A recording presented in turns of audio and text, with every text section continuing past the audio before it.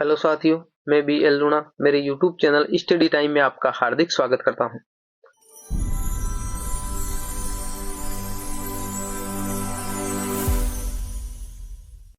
हम हिंदी साहित्य का इतिहास पढ़ रहे हैं और उस हिंदी साहित्य के इतिहास में हम जो प्रयोगवाद है उस प्रयोगवाद के बारे में पढ़ रहे हैं। उस प्रयोगवाद में आज जो उनके कवि है उन कवियों में गजानन माधव मुक्तिबोध है, उनके बारे में हम देखेंगे। तो अगर आप मेरे चैनल पर पहली बार आए हो तो आप मेरे चैनल को सब्सक्राइब कर ले, बेल आइकन को ऑल पे प्रेस कर ले ताकि मेरे आने वाले हर वीडियो का नोटिफिकेशन आपको मिलता रहे। हिंदी व्याकरण है उसके नोट्स मैंने टेलीग्राम पे अपलोड कर दिए, अगर आप लेना चाहिए तो उसका लिंक मेरे डिस्क्रिप्शन बॉक्स में आप टेलीग्राम को ज्वाइन कर लीजिए और वो नोट्स ले सकते हो। हिंदी साहित्य का इतिहास भी हमारा कंप्लीट होने वाला है, जैसे ही ये कंप्लीट होगा इसके नोट्स भी मैं आपको टेलीग्राम पे उपलब्ध करवा दूंगा। अब बात करें गजानन माधव मुक्तिबोध के बारे में। तो गजानन माधव मुक्तिबोध है, इनका जन्म है वो 1917 ईस्वी में हुआ था, 1917 में। मृत्यु की बात करें तो 1964 ईस्वी जन्म और मृत्यु। काव्य संग्रह यानी इनके द्वारा जो रचित काव्य संग्रह है वो है चांद का मुंह टेढ़ा है 1964 ईस्वी, भूरी भूरी खाक धूल 1980 ईस्वी, अंधेरे में ये एक कविता है।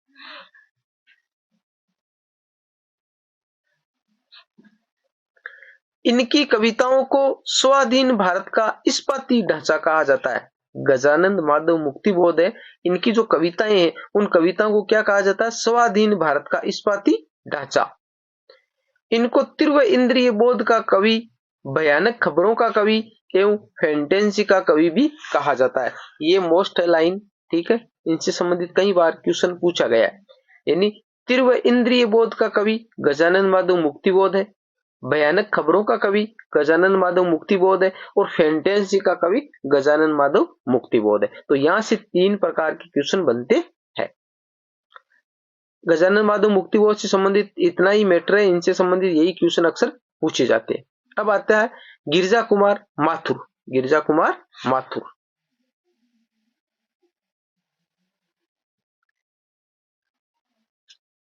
जन्म है इनका 1918 ईस्वी और मृत्यु है 1994 ईस्वी।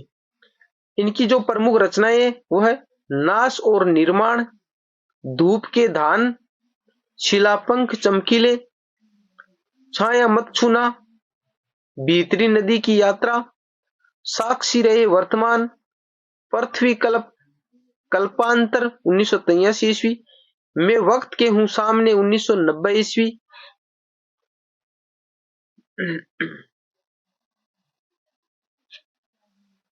ये रोमानी मिजाज के कवि माने जाते हैं। ये हम होंगे कामयाब एक दिन गीत के रचनाकार है। यानी जो एक मिनट, गिरिजा कुमार माथुर है, हाँ गिरिजा कुमार माथुर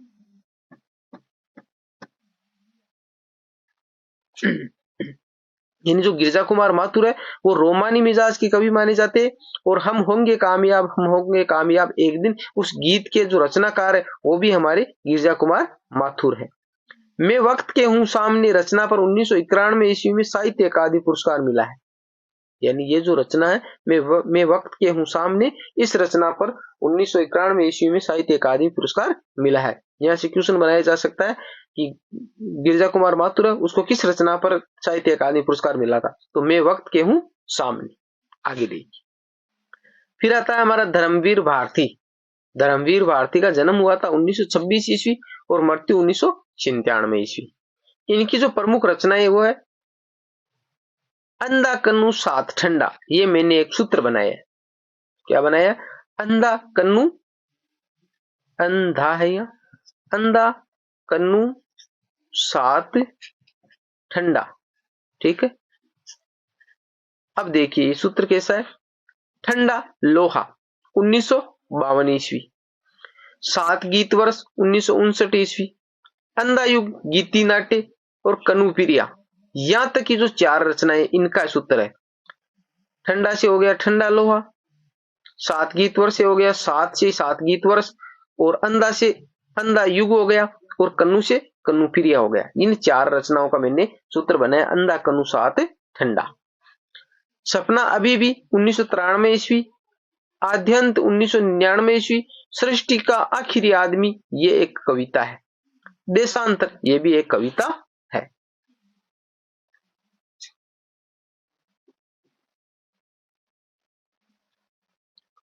धर्मयुग, निकष व आलोचना, पत्रिकाओं का संपादन। इसका देखो मैंने एक सूत्र बनाया, धनिया, यहां पर लिखा नहीं है, धनिया, धनिया है, धनिया, धनिया, ठीक है। तो ये जो पत्रिकाएं, इन पत्रिकाओं का संपादन जो धर्मवीर भारती इन्होंने किया था। तो ध का मतलब हो गया धर्मयुग, नी का मतलब हो गया निकष, और आ का मतलब हो गया आलोचना, तो हो गया धनिया, धनिया। परिमल नामक संस्था की स्थापना 1943 ईस्वी में की थी, यानी 1943 ईस्वी में इन्होंने परिमल नामक एक संस्था की स्थापना की थी धर्मवीर भारती ने। आपकी रचना सूरज का 7वां घोड़ा पर टीवी धारावाहिक प्रसारित है, यानी ऐसा पूछा जा सकता है धर्मवीर भारती की वह कौन सी रचना है जिसपे टीवी धारावाहिक प्रसारित हो रहा है। तो सूरज का 7वां घोड़ा है, उस पे टीवी धारावाहिक प्रसारित हो रहा है।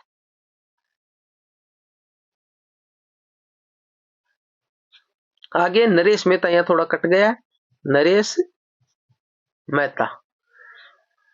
जन्म की बात करें तो 1922 ईस्वी, और इनकी जो प्रमुख रचनाएं है वो है वन पाखी सुनो, बोलने दो चीड़ को, मेरा समर्पित एकांत उत्सव, संशय की एक रात 1962 में, ये बहुत ही शानदार है।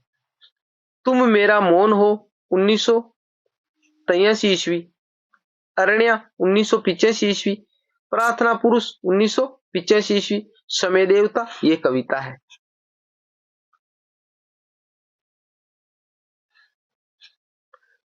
प्रार्थना पुरुष इनके द्वारा रचित खंडकाव्य है, प्रार्थना पुरुष है इनके द्वारा खंडकाव्य है नरेश मेहता का। अरण्या रचना पर 1988 ईस्वी में साहित्य अकादमी पुरस्कार मिला, यानी जिन रचनाओं पर कवियों को जो साहित्य अकादमी पुरस्कार मिला हुआ है, उस रचना की आपको जो प्रकाशित होने की जो डेट और वो कौन सी रचना है, किस कवि की, ये आपको अच्छे से याद रखना है, क्योंकि इनसे संबंधित क्वेश्चन अक्सर पूछे जाते हैं। 1992 ईस्वी में हिंदी में संपूर्ण योगदान के लिए ज्ञानपीठ पुरस्कार मिला, यानी 1988 में तो जो साहित्य अकादमी पुरस्कार मिला है वो अरण्या नामक की जो रचना उसमें मिला है, और संपूर्ण हिंदी साहित्य में संपूर्ण योगदान के लिए ज्ञानपीठ पुरस्कार मिला है वो 1992 ईस्वी में मिला। ये कोई पर्टिकुलर रचना पे नहीं मिला, संपूर्ण योगदान के लिए मिला है। आगे देखिए आता है शमशेर बहादुर सिंह। शमशेर बहादुर सिंह जन्म 1911 ईस्वी, इसका मैंने आपको सूत्र बता रखा है शमशेर बहादुर सिंह का। तो अगेन ने केदारनाथ में नाग और शेर को लड़ाया 1911 ईस्वी, तो शमशेर बहादुर सिंह 1911 ईस्वी, मृत्यु 1993 ईस्वी। इनकी जो प्रमुख रचनाएं है वो है अमन का राग, चुका भी नहीं हूं मैं, इतने पास अपने, काल तुझसे होड़ है मेरी, उदिता 1980 ईस्वी, बात बोलेगी हम नहीं 1981 ईस्वी, टूटी हुई बिखरी हुई 1990 ईस्वी। ये इनकी महत्वपूर्ण रचनाएं हैं।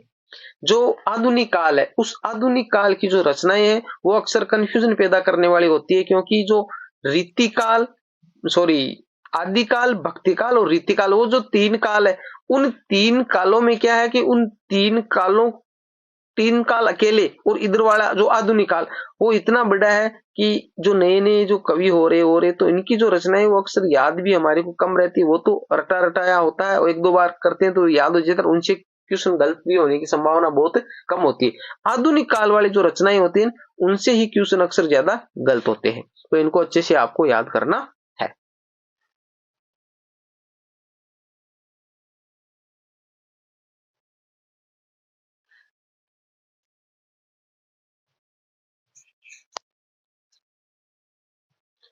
उसके बाद में हिंदी साहित्य जगत में इनको कवियों का कवि भी कहा जाता है। शमशेर बहादुर सिंह को कवियों का कवि कहा जाता है, यानी शमशेर बहादुर सिंह यानी शेरों का शेर है, तो कवियों का कवि इसको कहा जाता है, क्योंकि शेर है तो शेर जो सारे जो जानवर होते हैं उनमें क्या होता है, वह सबसे बड़ा होता है, ताकतवर होता है, तो इसलिए कवियों का कवि शमशेर बहादुर सिंह को, यानी शेर है वो ताकतवर है तो कवियों का कवि कहलाता है। इनकी कविताओं का मुख्य स्वर कुंठित प्रेम है। कहानी एवं नया साहित्य पत्रिकाओं का संपादन, यानी जो कहानी और नया साहित्य ये क्या है, पत्रिकाएं, इनका संपादन शमशेर बहादुर सिंह ने किया है। इन्हें उत्तर प्रदेश सरकार की ओर से मैथिली शरण गुप्त पुरस्कार तथा मध्य प्रदेश सरकार की ओर से कबीर सम्मान प्रदान किया गया। अब देखो यहाँ से क्वेश्चन बनते हैं कि जो शमशेर बहादुर सिंह है उनको उत्तर प्रदेश सरकार ने कौन सा पुरस्कार दिया था, मैथिली शरण गुप्त पुरस्कार। मध्य प्रदेश सरकार ने शमशेर बहादुर सिंह को कौन सा पुरस्कार दिया था, कबीर सम्मान। अब आपसे यहाँ से ये भी क्वेश्चन हुआ, कबीर सम्मान जो पुरस्कार है वो कौन सा राज्य प्रदान करता है, तो वो होता है मैथिली मध्य प्रदेश। और मैथिली शरण गुप्त पुरस्कार है वो कौन सा राज्य है, तो वहां होता है हमारा उत्तर प्रदेश। तो यहाँ से क्वेश्चन इस प्रकार भी, तो मैथिली शरण पुरस्कार है वो उत्तर प्रदेश जारी करता है और कबीर पुरस्कार है वो हमारा मध्य प्रदेश देता है। तो ये भी आपको अच्छे से याद रखना है। चूका भी नहीं हूं मैं रचना के लिए 1977 ईस्वी में साहित्य अकादमी पुरस्कार दिया गया।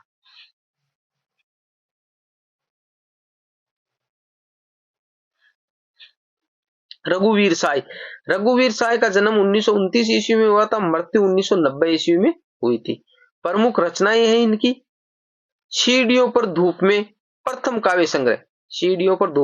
काव्य संग्रह रघुवीर साय का।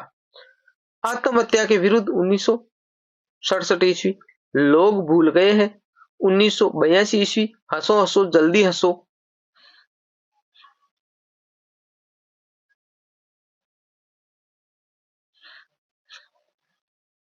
सूत्र, मैंने इनका सूत्र बनाया है, रघुवीर साय के कारण लोगों ने सीढ़ियों पर हंसते हुए आत्महत्या की।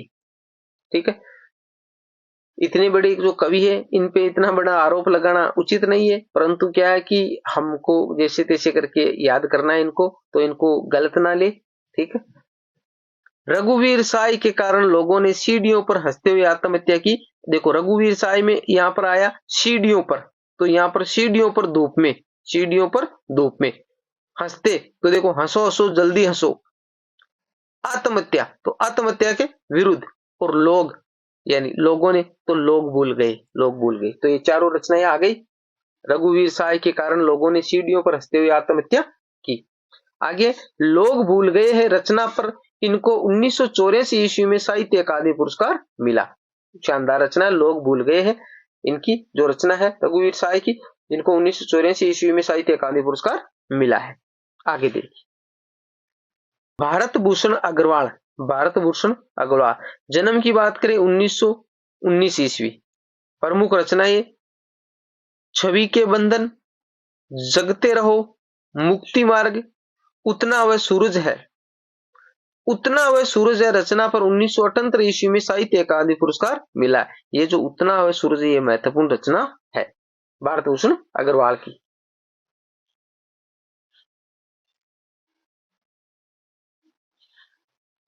अब बात करें अन्य कवियों की, तो अन्य जो कवि है इनसे संबंधित महत्वपूर्ण कुछ है नहीं, परंतु यह पूछा जा सकता है जो प्रयोगवाद के कवि कौन से है या कौन से नहीं है। तो देखो, प्रभाकर माचवे, हरिनारायण व्यास, शकुंतला माथुर और नेमीचंद जैन, ये भी प्रयोगवाद के अंदर ही आते हैं, क्योंकि ये हमारे तो शकुंतला माथुर और नेमीचंद जैन तो और प्रभाकर माचवे ये हमारे जो तार सप्तक है, उन तार सप्तक के कवियों में भी इनका नाम आता है। अब इनके बाद में जो प्रयोगवाद है वो प्रयोगवाद लगभग यहाँ पर खत्म हो जाता है, और जो नई कविता वो ही एक प्रयोगवाद का ही हिस्सा है। नई कविता नवलेखन युग जो 1993 ईस्वी से अब तक है, यानी 1943 था, 1943 से 1953 यहाँ तक क्या था, हमारा प्रयोगवाद था। अब जो 1953 से जो अब तक वर्तमान तक हम चल रहे हैं, वहां तक जो नई कविता युग है वो नवलेखन युग कहलाता है, ये चल रहा है। तो वो हम अगली क्लास में देखेंगे। यहां तक आपको अच्छे से समझ में आया होगा। आप लाइक करने में बहुत ही कंजूसी करते हो, वीडियो देखते हो लाइक नहीं करते हो, पर लाइक जरूर करिए। आपके लाइक करने से हमारे को एक हौसला बुलंद होता है, हमारे को लगता है कि हमारे द्वारा जो बताई जा रही है वो चीजें आपको पसंद आ रही है। आप वीडियो देखते हो तो कम से कम लाइक तो जरूर करें। किसी भी प्रकार का कोई कंफ्यूजन रहता है तो आप कमेंट करके भी हमें बताइए। आप कमेंट करके बताएंगे तभी हमें पता चलेगा कि भाई आपको कोई कहाँ समझ में नहीं आ रहा है, कहाँ दिक्कत हो रही है, किस बात की दिक्कत हो रही है, आवाज साफ नहीं आ रही है या जो लिखा हुआ अच्छे से दिखाई नहीं दे रहा, कुछ भी, तो उसमें नया सुधार किया जाए। ठीक है, तो आप बताओगे तभी हमें पता चलेगा, तो इसलिए आप जरूर हमारे को बताइए। उम्मीद करता हूँ ये क्लास आपको अच्छी लगी होगी। अगर अच्छी लगी है तो लाइक, शेयर एंड सब्सक्राइब करें। मिलते हैं अगली वीडियो में, तब तक के लिए जय भीम, जय भारत।